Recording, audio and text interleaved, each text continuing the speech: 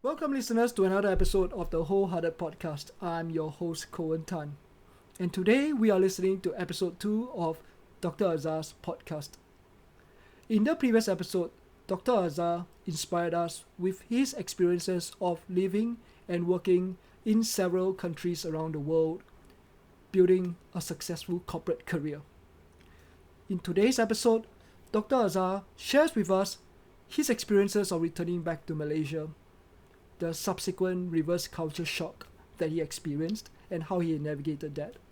He will share with us more career tips and advice, as well as discussing what it means to have career potential and how to nurture that potential. So I hope you are prepared with a pen, a notebook. Sit back, relax, and enjoy this episode. Well, eventually you left and come back to Malaysia. Yep. Because of family emergency, right? Not emergency yet, but my mom, I can see she's getting slower, getting older, obviously.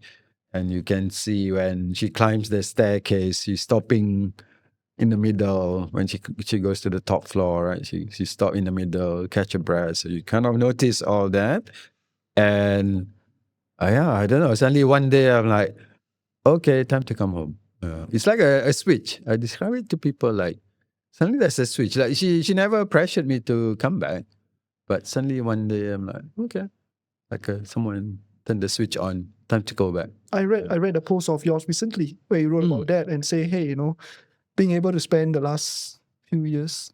Yeah. So priceless. Wow, it's like, if I really recommend it to people, if your parents still alive, then just spend as much time as you can with your loved ones, really, because the time is finite, right? There's a limit to that, so just do that. Yeah, and during that period, I had an amazing boss who was so understanding, and she just like, okay, whenever you need to take time off and all that, she really didn't care. But so nice. I mean, to give up Times Square, Manhattan, that life, US dollar. and US dollar. It's all worth it. It's all worth it in the end. You gain so much more from that experience. Money cannot buy it. So you came back to Malaysia for your mom? Yes. Wow. Back to Malaysia for that. And then, initially very hard, being close to her also very hard. Yeah, I mean, it's good to see her once every few months, right? But to see her every day. Yeah, it really changed. Especially the first few months I was living with her while my place was being rented out, and while I was trying to get my tenant to move out, I was living with her. Because you are always the kid, no matter how old you are. Yeah. You are always this little boy to your parents. So I'm always still this little boy.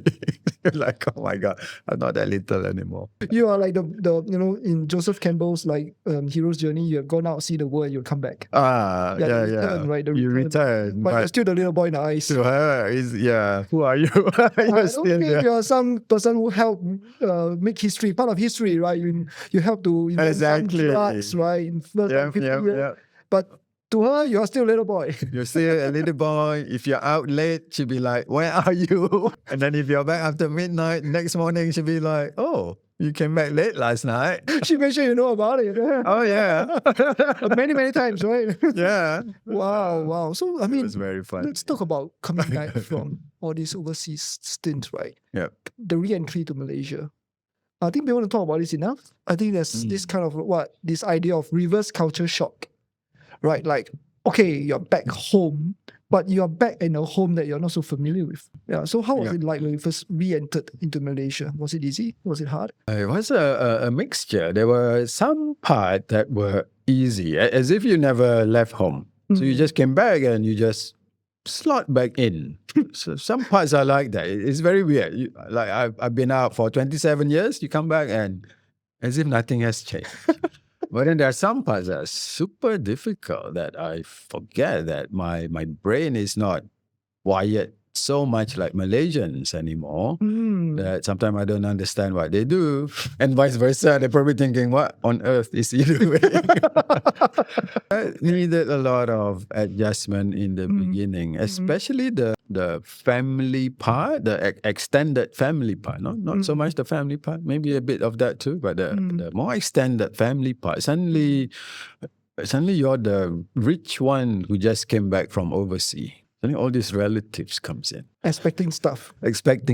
So, and you don't want to disappoint, but it became very hard at some point. Yeah. So that's one of the difficulty. And then the other one, work culture. Work culture is different. I had to learn the new way of working in Malaysia. One of my biggest mistake in the beginning.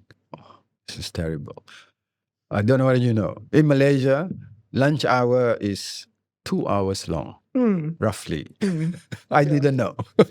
I didn't know. So I put a team meeting at 1 p.m. And there was almost a riot. They were like, not enough time to eat lunch. I'm like, what? You must eat lunch. You must still go shopping, do your errands and everything, right? Exactly. And I just came back from US. Is even worse than Germany. Germany still take decent lunch hour break. Yeah. US is very 20-minute sandwich on the table type. I mean, in New York, In Connecticut. Yeah. So therefore, I'm like, 2 hours? Why do you need 2 hours? So that was one of the things I didn't understand. And then also about this, how the interaction between boss and the team. Oh, yeah. In Asia, not just Malaysia. Yeah. In Asia, we are very respectful of our boss and all that. Yeah. And the West is a little bit more integrated. So I couldn't understand that either. I thought, wow, it's so nice. They all just follow my order. The power distance, right? I mean, the power distance. The power distance, yeah. The power distance is... They don't argue back.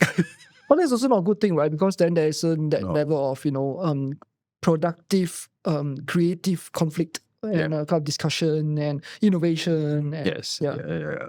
So also people kind of wait, sit around and wait for orders, or was it the case, or no? They just wait for orders.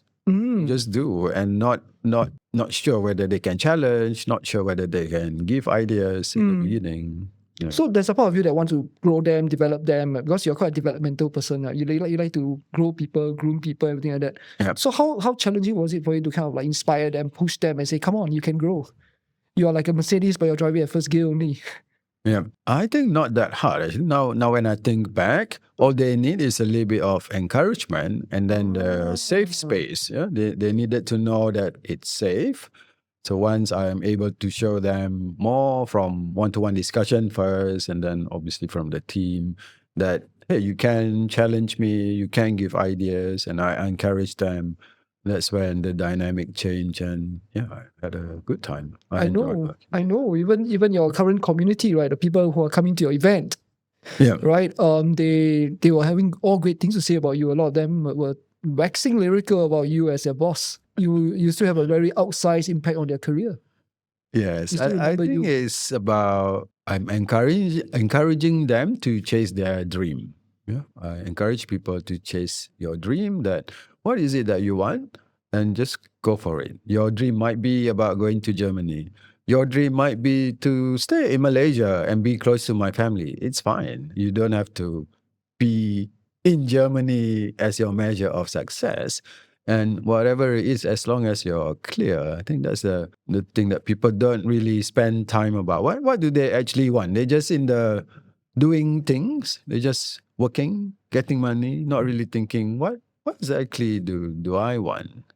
And that's a pity, really. You're just going to work. That's it. But for this moment, I saw your X factor, especially as a coach and as a mentor. Mm-hmm. You are very empowering and you're very encouraging. Because one thing about people who are successful, and I'm not critiquing as successful people, I think they have every right to feel proud about themselves as successful people. Yeah. But one thing about successful people, sometimes they have an ego because they have put in all that work to get to where they are. So they have this almost sense of ego, like say, if I can do it, so can you. Yes, but that is the tonality in which you say it, right? It's not just kind of like, if I can do it, so can you. And then you show them the ropes, you show them the way. It's like, here's the way. Yeah. That's very encouraging. That's very, very empowering. But there's some people who kind of go like, you know what, I can do it, so can you? Right? Like, come on, it's not that difficult, right? And then that becomes very disempowering, right? Because people are going to go like, yeah, but it's not difficult for you, it's difficult for me. Yeah. And then so that there's this level of empathy that you have for people. Yeah. The ability to kind of like meet them where they are at, the ability to adjust to them, but then show them the ropes. Yeah, it took me some time to understand that maybe in this job, because I realized I always ask my team, do you want to go to Germany? And then when they said no, initially I'm like, really? What? But why? Yeah. But why don't you want to go to Germany? But then slowly I realized, yes, everyone has a different measure of success of what they want. Like I was very determined. I want to work overseas and all that and climb career ladder, but not everyone is like that, and it's fine. It is very, very fine that you find your own, this is my target and I am happy with that. And it's about being accepting of that. Yeah. I like that. That's very trauma informed, right? Is that there's this non-coercion. You're not kind of like pushing people beyond what they are very comfortable with, because sometimes pushing people beyond what they're comfortable with in the name of developing them or in the name of helping them reach their potential can sometimes have a shaming effect. Yeah, I know a lot of bosses who kind of like get frustrated because they see their employees who are obviously very talented and capable, has the potential, and then the boss would push them and say, hey, come on, no, you have that potential. But sometimes, the word potential by its very nature means potential. It hasn't come true yet. That's why it's called potential, right? Yeah. And so sometimes if something hasn't come true yet, how can a person know for certain? Right? Potential becomes this very esoteric, very, pie in the sky, imaginative concept. Right? It's like, I got potential, yeah, but what is it? Right? It's like, unless you give me the opportunity to kind of like witness and experience for myself that, yeah, hey, I can do it. That's different from saying, I can do it. It's very empowering, but I got potential. What's that supposed to mean? Yeah. And then people start to go, yeah, I know my boss tells me I got potential, but I'm not reaching my potential. Maybe something is wrong with me. So it can actually be quite shaming, isn't it? True. It can be, because it's very subjective. It's Yeah. very subjective. What is potential? And from the boss's side, we talk about this. The feeling that you get with somebody when you interview is the same with your team. You start feeling, okay, who do you think can do better, right? Again, it's subjective. And sometimes I do push people. Sometimes I do push people when it's appropriate, when I feel that the talent is there, is the confidence. The confidence isn't there.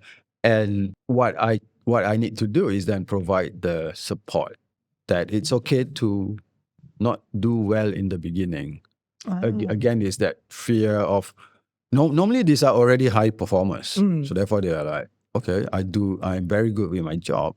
But moving on to the next job, I don't really know, and I don't want to fail because I've always been a high performer.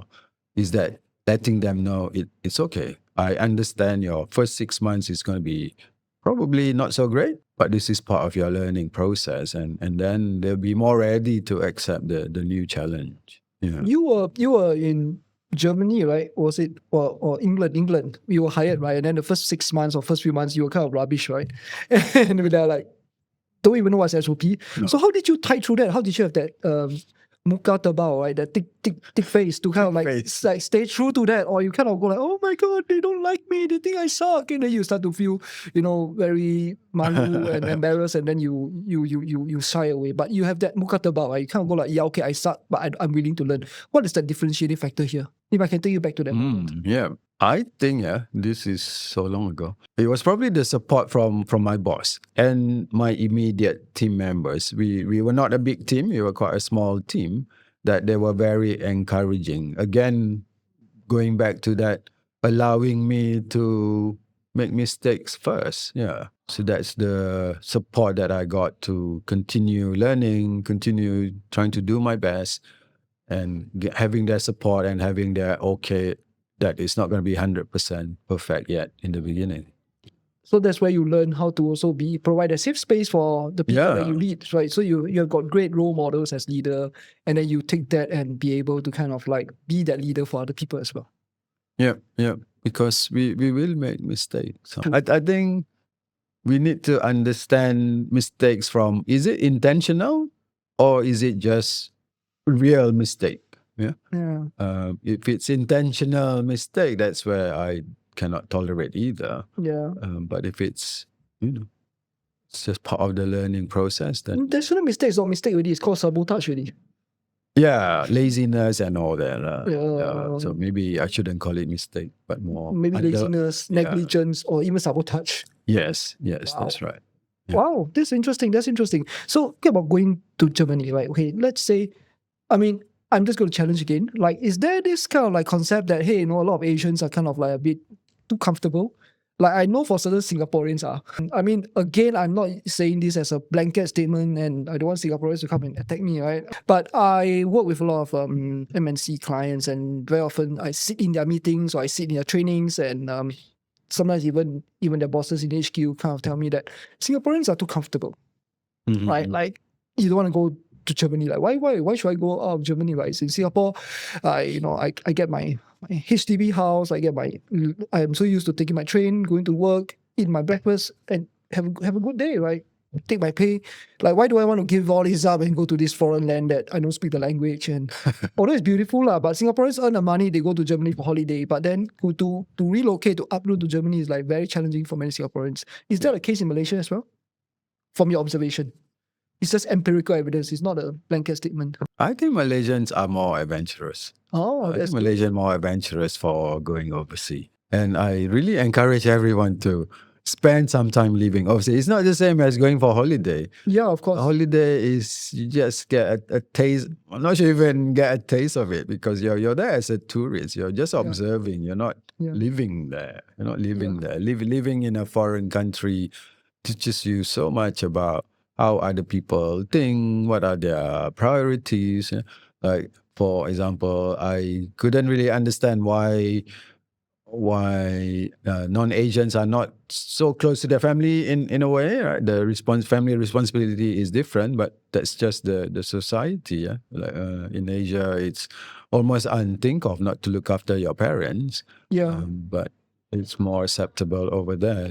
So you need to understand how people are wired, so that it's easier for your interaction when you do work with them, because you need to understand that your way of thinking is not the only way. And you cannot get that just by continuing living in Malaysia or Singapore. For me, that's probably the number one thing that I took back from my living abroad, just being aware that there's so many different ways of thinking, and my way is not the only way.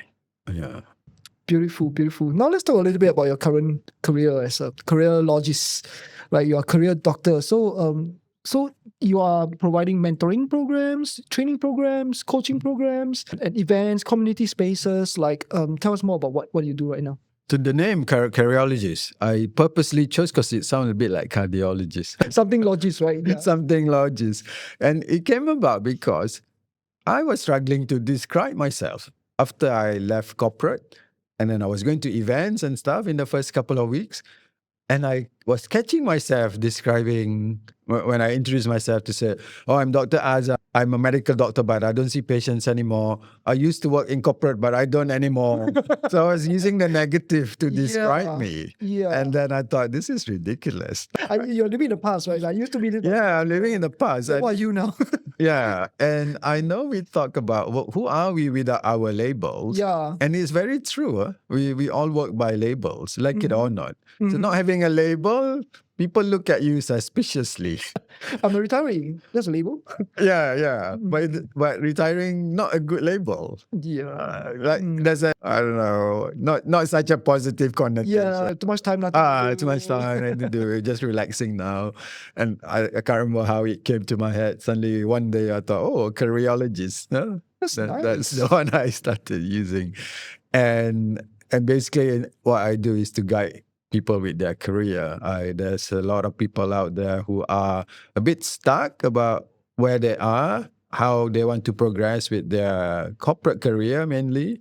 And what I do is to help them peel the problem and give them some advice how to progress. And a lot of the time based on my experience in corporate. So 20 years of I've seen everything. Some very good things as well. Yeah. Yes, I mean, corporate world is tough. Corporate world is tough. Most people who are new to it thinks it's nice, rosy, get a good pay package, and your career just go like that. But Since you talk about that, right? Since you talk about that, I want to touch on that. I want to double click on that, right? It's like you seem very relaxed, right? Because you're I like how you simplify things because you have extreme clarity, right? Yeah. It's like you say, my mind is very simple. I don't think your mind is very simple. You just have very good clarity.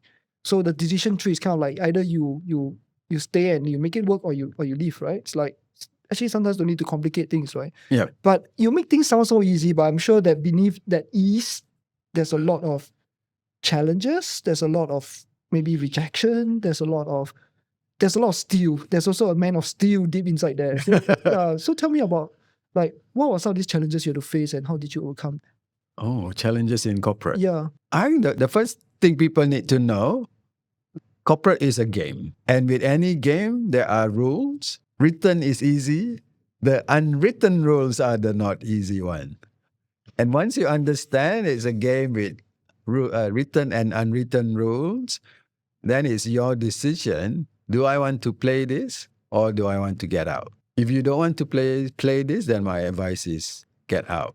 Because to stay, you need to play the corporate game. Just understand the rules and not about manipulating people and all that.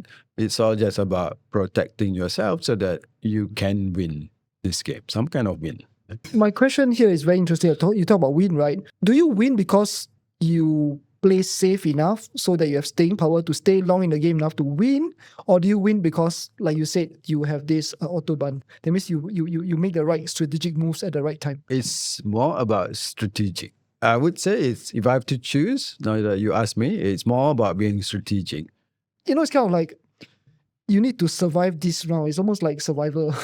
Or like, it's like Iron Chef or whatever, right? This kind of reality show, right? You need to survive this round because maybe this particular round is not your expertise, not your area of expertise. You just need to survive to fight another day.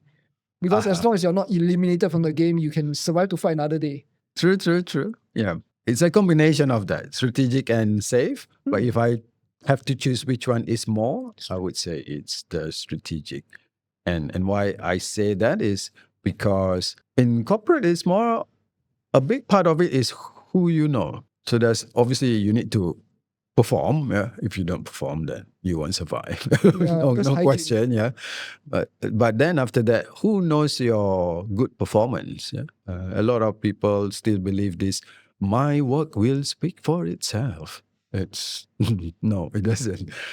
So who knows your good work and who knows you, and that's where the strategic part. But is it the matter of hanging out after work for beer and drinks and building sponsorship or what? That's included. It's included, but more about how do you show up in strategic meetings. So if your boss suddenly say, "Oh, we have this big meeting, I think you can help me present," and if you know the people there are the big shots, then say yes, even though you're like thinking, "Can I do this or not?"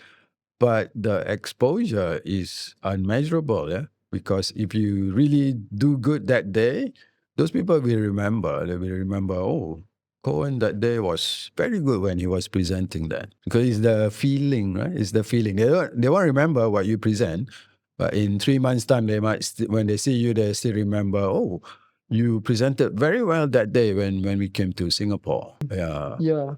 So that's the kind of strategic move that you have to think about. And when I was still doing the January performance planning, I would ask my team, okay, based on your career plan, if you want your next career plan is Singapore or Germany, who do you need to know? Who needs to know you? Who needs to know you and how are you going to do that? Yeah, volunteering for that kind of activities, like organizing that conference with some of the top like doctors, cardiologists in the room. Exactly. All that give you the spotlight. Cool. And then you talk about X Factor, right? It's like I'm sure you help a lot of people. They are like job interviews, and so you say you have that X Factor, and when you become a hiring manager, you are looking for the X Factor. If you can break down that X factor, what is it? What is the X factor? Yeah. Everyone is different. There's this intangible thing, right? But if you can really bottle it into a bottle, what would that say? I mean, if you were to read the bottle and see the ingredients of the bottle, like what is there? Maybe you can think of some empirical evidence, some stories of yours, like when you met this guy, you go kind of like, wow, this person has got the X factor. If I have to choose one word, maybe potential. That I can see he has potential. I can see she has the potential. I'm thinking about the last 2-3 people that for me really had the X factor that I hired, and they all has different strength. But what I see is that they have the potential to grow and move to a bigger job within the organization. How do they demonstrate the potential, right? So if you talk about job interviews, it's just that one time. Maybe the guy is very talented, but he just had a bad day. Maybe he got a stomach ache, he ate something bad that morning, so he couldn't perform, right? So it could be like a performance anxiety thing. It's just like a one moment in time. But if you're looking at, if you map this person out longitudinal, right, it's like what are some of the things you see consistently that really does signal X factor? It's the desire to learn. They all demonstrate that, yes, I want to do more. That when you give them new projects, they're not like new things, but they're like, oh, new things. Yeah. And if they don't know, then they'll find out how to do them. They don't know, they go and find out. Yeah. So it's that desire to grow themselves, not being spoon-fed, and therefore they have that desire to learn some more. I love that. I mean, I saw that in you, right? It's like you are 3 months, 4 months into your solopreneur career. Yeah. But I'm seeing you like showing up everywhere, like TikTok. Yeah, like doing street interviews on TikTok. Something like street interviews, are interviewing someone, right? And you're talking to somebody about your upcoming event. Yeah. Probably these are like the experts that you invite to your events. And I see your writing, it's very concise, there's a certain format to it. So it's a story with a particular saying, and then the lesson, the insights. Yeah. Right. So you have to learn marketing, you need to learn sales, and you just roll up your sleeve and just go and learn it. Like, how did you all learn all these things? What kind of mindset do you have when you learn all this? It's the curiosity mindset. I'm always curious to learn. One of the best book I read about learning is by this guy who's a NASA astronaut. Wow. So the book is called Thinking Like a Rocket Scientist. He's a NASA engineer. And basically what he was describing in the book is that how do you invent something? How do you build something that has never been built before? So he was part of the project that built a spacecraft to go to Mars. So how do you build something that no one has ever done? There's no prototype. There's nothing to refer to. You're basically just doing, just doing from what you know, and then testing and learning, testing and learning, testing and learning. So I love that book. So the book really pushed me to do the things that, in a way, I'm not doing anything new. There's so much to refer to. I'm not at all near his barren of information. There's a lot of information. But for myself, it's more, okay, I want to do this. I don't have the information. Where can I learn? Where can I test? If it doesn't work, what can I do better? Yeah. So that's the mindset I have now. Yeah. So like my LinkedIn post now, I think you mentioned something about storytelling and all that. So I'm experimenting after what I showed you before. So I'm experimenting with that. See, does it really work? Does it not work? It's a bit of change from my style before. Yeah. Then my TikTok videos also the same. Testing this format, testing that format. Does it work? Not work? Yeah. See how it goes. Okay, you're always learning new things, right? It's like, so you are now obsessed with CrossFit. Tell me more, a little bit more about that. Like, how did you get into this? Not recently. I've been doing CrossFit for 10 years. Okay. When I live in the US, it's very big in the US, and that's where I started learning. And then again, I realized why I love CrossFit, because I get bored very easily. So CrossFit, in a nutshell, is about functional movement. You're always doing it in a class with a coach, but every day is different. So if you don't check the website, you don't know what the workout is. So you go there and like, voila. Oh, you look at the workout, you think, oh, maybe I should go back to sleep. That's the beauty of it, because our brain is get bored very easily. And I think you can see the pattern now. I get bored easily. Yeah. I got bored easily, even in my workout. Yeah. So that's why I love CrossFit. And then I've been doing it for 10 years. And now, because I put my workout videos on TikTok and all that, then people ask me, do you train? Wow. Do you train people? And I said, no, I don't have certification. And that's why I did the certification recently. So Can you now, imagine if you do something called career CrossFit? yeah, something like that, definitely. Sounds interesting, right? How can I combine the two? Yeah, Yeah. or maybe not combine, but just CrossFit in the what of Careerologist or your career ladder. So today I'm going to ask you to write your award speech. You'll be like, huh? What's an award speech? Imagine if you are writing in 1 year's time, you're going to be the best employee. I want you to share the top 3 things you did to be the best employee. And then people are like, what is this? I better go and sleep. I like that idea. People push through that. The people actually push through that, go like, damn. It's like, yeah, I actually forward visualization of my success already. That means I already imagine success, and then I work backwards to talk about what I did. And so now there you go, voila, that's your personal development plan. Voila, that's your goals, your career goals for this year. Yeah. Very good. Very good. I don't know. I'm an ideation guy. I'm full of ideas. I'm just listening to a lot of your inputs because I'm very fascinated by your journey. When I first met you, I described you as like a little child in an adult's body. It's still the case because like I remember that I was thinking, huh? You call me a child? How dare you? No, because I was very inspired by you. I spoke to you at a time when I was a little jaded, to be honest. I probably do a good job of it, or maybe it was late at night, we were eating dinner and the light wasn't so good. See, I was tired, but that was a period of time when I was a little jaded after my journey as a speaker, as a certified speaking professional, my journey in podcasting, and after I kind of like hit a creative wall. I'm like, where am I going with this? What's my next breakthrough? I'm also a little bored, I'm also quite a bored person. So I'm kind of like, this doesn't excite me anymore. I want something else, right? So I'm really looking for the next level of growth as well. So, and when I met you, it was a bit of a breath of fresh air. I was like, oh, look at this guy. Like he is such a successful career person, but he's embracing this new journey with so much. Like, I'm just going to jump in the water and see these sea monsters and see what happens, right? Like, see what happens. Bring it on, man. And there's this energy that you have that really, really, really inspires me. Like, wow, it's like, take it on. And then you never know what you might just actually risk your own growth. Yeah. Because you might actually win or you might actually grow. It's all positive, right? So I really thought that was like very inspiring. That's why I Thank you so much. I think I when you said that, I've been thinking about it since then. Why do I have the childlike energy? Yeah. And I actually don't know, but maybe because I spend a lot of time with my nieces. I've actually 28 nieces, nephews and nieces. 28 nieces? That's a whole kampong. Yeah, nephews and nieces. And then the oldest is 43 years old. Wow. The oldest 43 years old. Your niece is 43. The oldest one. That's almost my age. Yeah. And the youngest one is 4 years old. So the youngest one is 4. So the youngest 3 are 4, 9, and 11. So I spend a lot of time with them. Yeah, my younger brother's kids. And maybe it's by hanging around them, especially the second one. The second one, she's 9. She has ADHD, but she has a lot of energy. Really just exploring, really don't really care about what are people saying about exploration.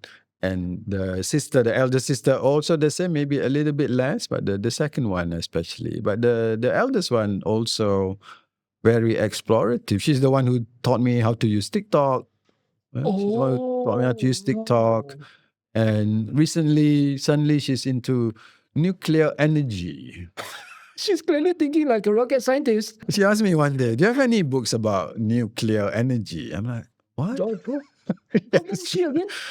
11. 11? Yeah. And she's asking about nuclear energy. Yeah. Wow. And then the other day, she mentioned the word Chernobyl. Wow. Isn't that incredible? I think maybe I get a little bit of that feeding me, that they are very curious, they are learning, and maybe hanging around them, I'm getting continuing my vibe of being childlike. Yeah. You were very adventurous when you were young and very adventurous, and so that answered one of the questions from the listeners. I actually asked some of the listeners some questions that they would like to ask you. So is it okay to ask you their questions? Yeah, Otherwise they will kill me, right? One of them is, how do you maintain your childlike curiosity and zest for life while navigating high pressure? Okay, you can't answer this question about your nieces, right? But when you were working in these high pressure jobs, right, like in the US, in Germany, right? Were you this curious, or were you just like, don't talk to me about curiosity? I got a high pressure job. Yes, because I was involved more in the educational side. So I was always wanting to explore how can I deliver it in a more effective way. Yeah. So because education can be very dull. So how can I deliver it in more exciting ways? And this was about 10 years ago. At that time, internet was kind of starting, not so big yet in terms of the educational side. So we were exploring the videos at that time, and then I remember one time we tried to do all this hologram stuff. At that time, it was just coming out. So Wow. we were like so excited. You were doing hologram stuff even then, 10 years ago. It was just starting. It wasn't cheap, but some of the videos, it was about, how can we use hologram? Just to increase your entertainment part of the education, right? You're doing edutainment in a way. So I guess even though I was already in high corporate jobs, but because of the department I was in, I was still exploring the curiosity side of me. Oh, that reminds me of my mentor, Eric Sim, right? It's like when he was a banker, which is also a very high pressure job, he kind of find balance in actually lecturing in universities. So being a university lecturer allows him to kind of like take his mind off the stress of, a private banker's job, investment banker's job, and, to go into teaching young minds.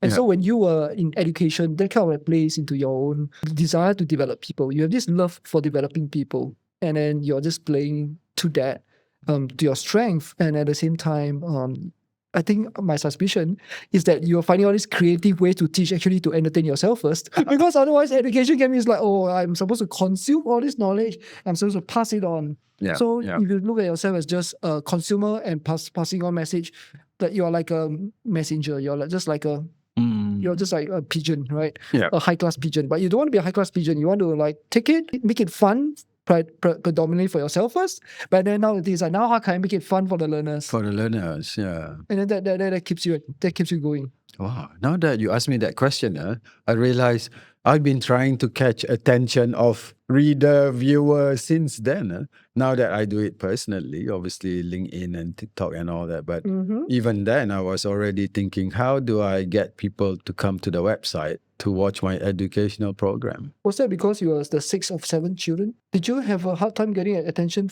as a child from your parents? Maybe. I used to use my younger brother. Younger brother just to get attention? Not bully him. No, I would ask him to ask for things because I know he would get it. Oh. Manipulative. So clever like you. So clever.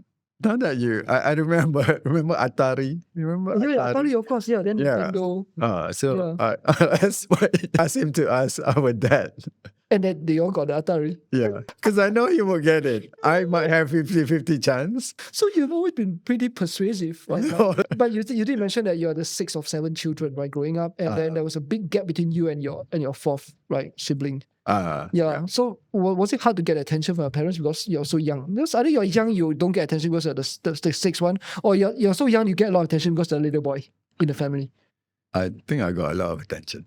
I think I got a lot of attention because my brothers, sisters, most of them went to boarding school and overseas afterwards for university. So it was just me at home, really, with my younger brother. But you've always have that gift for trying to get attention, and now you're actually using those skills. I mean, to tell. Now that you think about it, yeah. To tell the truth, I really do think that the reason why you have a lot of followers, and I'm not trying to pecah your lubang, but the reason why you're so magnetic on social media is because of your demeanor. Your demeanor, you don't come across like I am some so-and-so guru. A lot of speakers, right?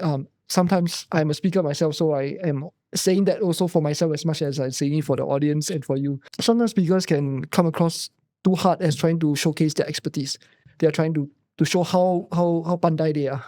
But I don't see you trying to do that. You're always very encouraging. You always kind of say that every day you show a bit of yourself. You show a bit of yourself. Like, this is what I did. You can do it too. Because I used to grow up watching this show, this Chinese cooking show by this American Chinese guy called Martin Yan. So he would you play to the stereotype of a Chinese kung fu kind of guy. After end of the day, he will say this one-liner: "Remember, if Yan can cook, so can you." And, because it's this Cantonese Hong Kong American guy, right? Then I was like, oh, so interesting. And because I still love to cook. Even today, I love to cook. There's a hidden talent that many people don't know. And when I was young, I besides watching all those like cartoons, right? But I also like to watch cook shows. I also like to see how he cook all the dishes and everything. So what I'm trying to say is that he has the effect on me by saying that, hey, I can do it, so can you. He's very encouraging. And with you, I feel that your content is always kind of like, today I'm going to share with you this little thing I did. And if I can do it, so can you. So people feel encouraged. Yeah, because a lot of experts come across as, wow, so atas, so up there already. Then people feel really like, it's so out of reach. Out right? of reach. Out of reach. Yeah. And these are all things that you can do now. The things that I share are not rocket science, complex scientific experiment. Yeah. They're just simple things that I do every day. Actually, you put it together, you assemble a rocket, but you but you break it down into bite size and you make it available for them. Yeah. I think one of the, you said that I help people realize what they can do. Yeah? So one of the story I had in the beginning of my LinkedIn journey, I had this one lady, she signed up for all my online training. Initially, I did online training only, and she never turned up. So I thought, is it one of my friends using a different name, just helping me while I start? Oh, so nice of you. I thought, yeah. And then maybe 2-3 months later, and I would ask, do you need shall I refund your money back because you couldn't make it? And it was about 3 times. I thought, a little bit weird, right? 1 time people don't come, okay. 2 times also maybe okay. 3 times, no. And then anyway, she emailed me, messaged me on LinkedIn one day, out of the blue, to say that Dr. Azhar in Malaya, but she said, oh, I'm sorry I couldn't make it. I've had family problems, all that. But I want to tell you that from the things that you post, I have taken a job in Saudi Arabia. Wow. It's a lady. Yeah? Imagine a lady taking a job abroad in Saudi somehow. And I was like, wow. I thought that's when I really understand you don't know who's reading. You don't know who's going to be inspired by your post. And that kept me going because you really don't know whose life you're changing with what you're sharing.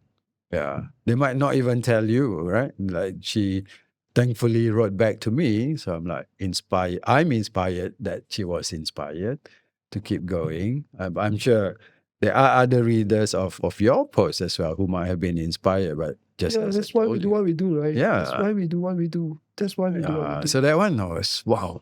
I didn't expect I could do that. Yeah. Through my writing. You are meant to do this. You are meant to do this, bro. Like, you're meant to encourage people. You are meant to encourage people's heart. You're meant to make, you're meant to illuminate what's possible for them. I think that's sometimes not very bombastic words, but it's very important. Right? You can show people what's possible, show them that they can do it. Yes. At the end of the day, it's that you can do it. Yeah. Just a matter of wanting or not wanting. Yeah, that's beautiful. This question, right? I don't know why they ask this question. What supplements would you recommend for living a hectic and also active life at your age? This question came from one of the readers. So like, who's that? The only supplements I take now for my joints. You can get some supplement for your joint. As you get older, you need that. What else do I take? Some vitamins, that's it. Yeah. Do CrossFit. Okay, great. How do people overcome personal limiting beliefs to develop life skills such as networking, public speaking? You have to do it. I really encourage people to get out of your comfort zone because your self-limiting beliefs because you are uncomfortable.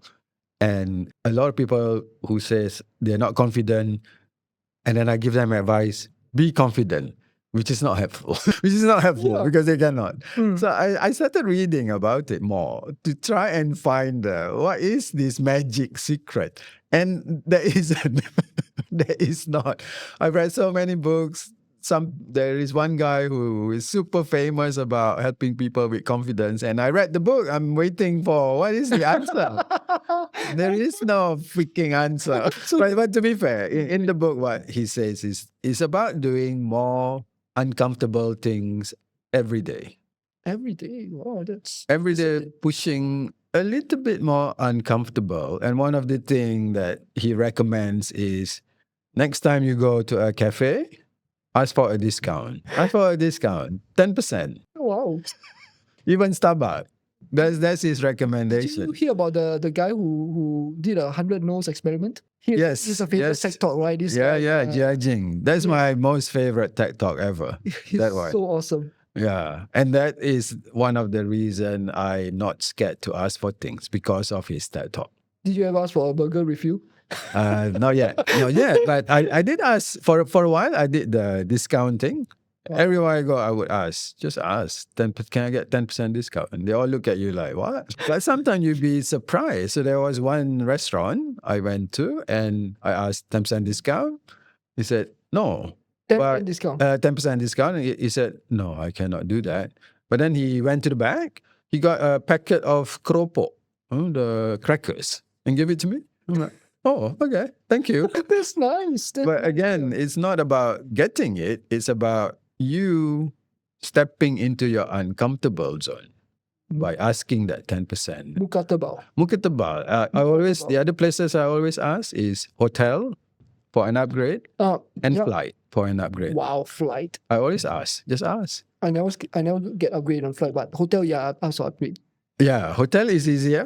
Flight used to be okay. Nowadays impossible. But I still ask. More for my own practice of muka tebal. That's beautiful. Yeah. That's beautiful. What some things people get wrong when they approach their career? What I mentioned earlier about my work will speak for itself. Absolutely. That is the worst thing that anyone can, the worst advice anyone can give, because it's so not true. You have to learn how to market yourself, market your work. Yeah. And then you can have a career Autobahn waiting for you. I like it. Very nice. One final question from the reader. What is, if you can look back in your career, what is one thing you would do differently? Is it okay to say I won't stay in corporate that long?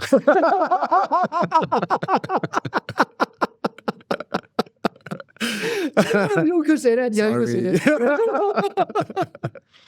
No, I did actually think about when I start working, I thought, if I can turn back time to right the beginning, would I still be a doctor?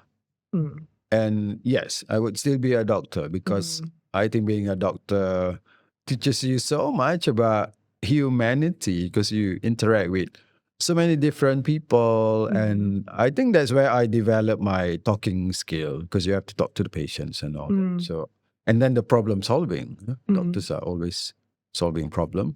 So I would still be a doctor. I wouldn't stay in hospital for that long either, maybe 5 years or so, and then jump to corporate. Again, corporate world teaches me so many things as well, but probably not 20 years, maybe 15 years.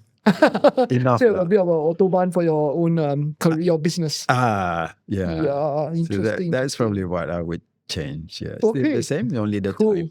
We almost come to the end of our podcast. So we usually ask a few quick fire questions, right? So these quick fire questions are just like short answers. Okay.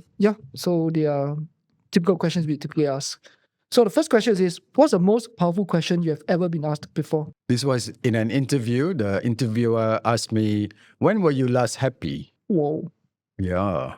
I didn't know what to answer. I don't know, because the first thing that came to my mind is like, you think I'm not happy, man? Do I look so sad? Do I look depressed? Like, to you? I was thinking, how happy and personal, work, so many things. Yeah. In the end, I gave a very boring work answer, and I didn't get a job. Trick question, man. Who is a mentor or supporter who has made the biggest difference in your life? You mentioned a few, but who is one? Probably my last boss in Germany. So his name is Jörg Kreutzer, and he's been very supportive of my career. He was the one who helped me move to the US and then helped me in the transition to get a job back in Malaysia too. Wow. So he's been very supportive, and throughout all that has been my strong supporter. Yeah, he just retired around the same time I quit my job. Yeah. Oh, maybe you all should do something together. Yeah, Like yeah. a joint event together. or something like He's back in Germany now. He's back in that. Germany. Go there and do a podcast with him Yeah. for your followers. Yeah. What's one of the most courageous things you have done in your life? How do I start? You have done so many courageous things. What's the most courageous thing you have done in your life that's made all the difference? Just one. Just one. Maybe leaving hospital work. I think that's the craziest one. That's Out probably of the all that. That's one. Yeah. Cool. And so I think I want to usually we ask like where can our listeners follow you, but I'm sure that they can follow you on LinkedIn. That's and, right. Yeah. TikTok. Are you on Instagram as well? And Not so active yet. not so active. Yeah. Okay. So we'll put the links to your LinkedIn and your TikTok in the show notes. So that our followers can get in touch with you, can follow you and follow the amazing work that you do and continue to benefit from the wonderful wisdom that you continue to share and the empowerment that you give to your followers. Thank you, Karen. Dr. Azhar, it's been such a pleasure. I'm so ever so grateful for you. I learned so much. My brain is exploding with so much today. Super inspired. Just spending time with you, talking to you, flowing in your vibration, in your frequency. It's like, wow. I learned a lot as well. I enjoyed that today. Very nice. Thank you. Dear listeners, another episode of the Wholehearted Podcast in the books. I don't know about you, but wow, my heart and my mind is so full of inspiration from Dr. Azhar. Listening to his stories, I'm very inspired and I'm really very amazed by the curiosity, the childhood curiosity, his appetite for learning, and how he's just so driven by learning new things. And I believe that is a great recipe for us to stay relevant, stay agile, especially in this world of constant change. You may be thinking, well, Dr. Azhar built his career at a time when, things weren't as spiraling out of control as right now. But I disagree. I think that his curiosity, his ability to learn new things, integrate this into his life, is part of how he stays on top of things.